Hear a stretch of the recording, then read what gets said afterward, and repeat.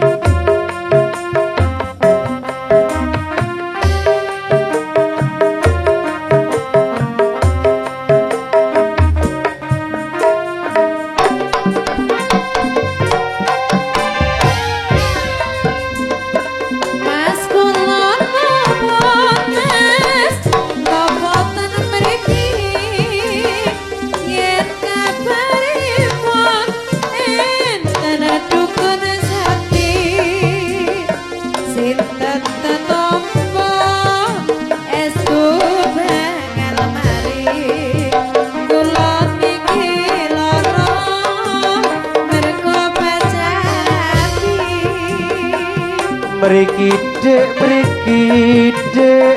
kula suwuke sajak dek gampang tambane kula pancen dukun sakti kondake babagan asmara masalah sepele cobi astane jenengan sekiwa ojo kuatir yen ditinggal lunga raja epek sampun cerita besok bakal dirapi dukun Joko.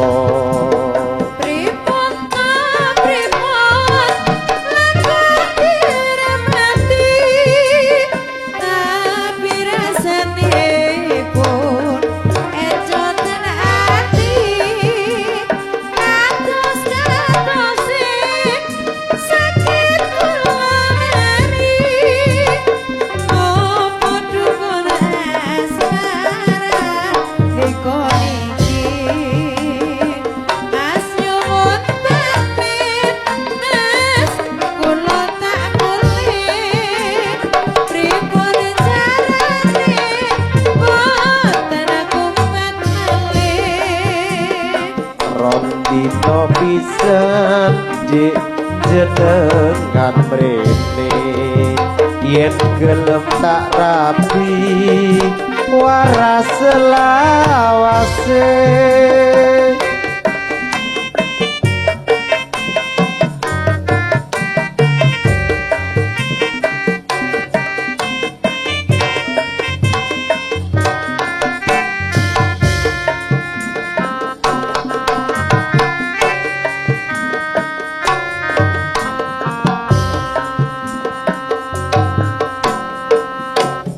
اللهم صل على محمد صلوا عليه